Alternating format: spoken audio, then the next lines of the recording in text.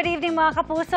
Napa-Throwback Thursday si Raver Cruz sa memorable experiences niya bilang isang sparkle star, kabilang kung paano niya nakilala ang girlfriend ngayong, si Julian San Jose. Isa si Raver sa mga aabangan sa upcoming anniversary celebration ng Sparkle this weekend. Makichika kay Nelson Canlas.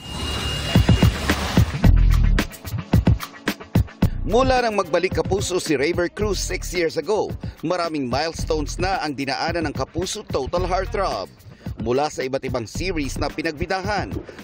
Kahit na! Sana'y naba mo yung pasensya mo. Hanggang sa hosting stints.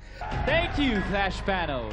At dito pa sila mas naging close ni Julian San Jose sa Limitless concert noong panahon ng pandemic. May isa pa raw siyang hindi malilimot bilang isang sparkle star. Siyempre yung unang pumapasok sa akin, yung very first interview nating dalawa, nung pagbalik ko dito sa Kapuso Network.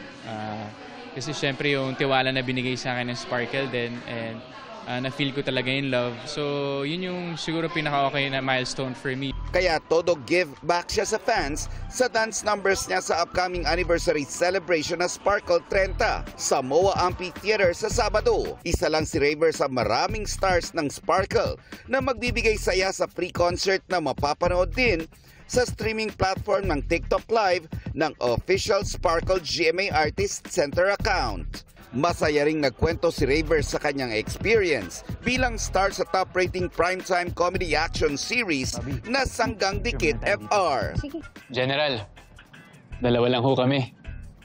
Pero ako yung piniling ka-date eh. Patuloy din ang kanilang mala-love triangle ni na Jenilyn Mercado at Dennis Trillo. Sobrang saya nila sa set. Kasi parang isang pamilya sila. Makikigulo ko sa kanila. At first kasi hindi pinakita kung masama ba ako, hindi.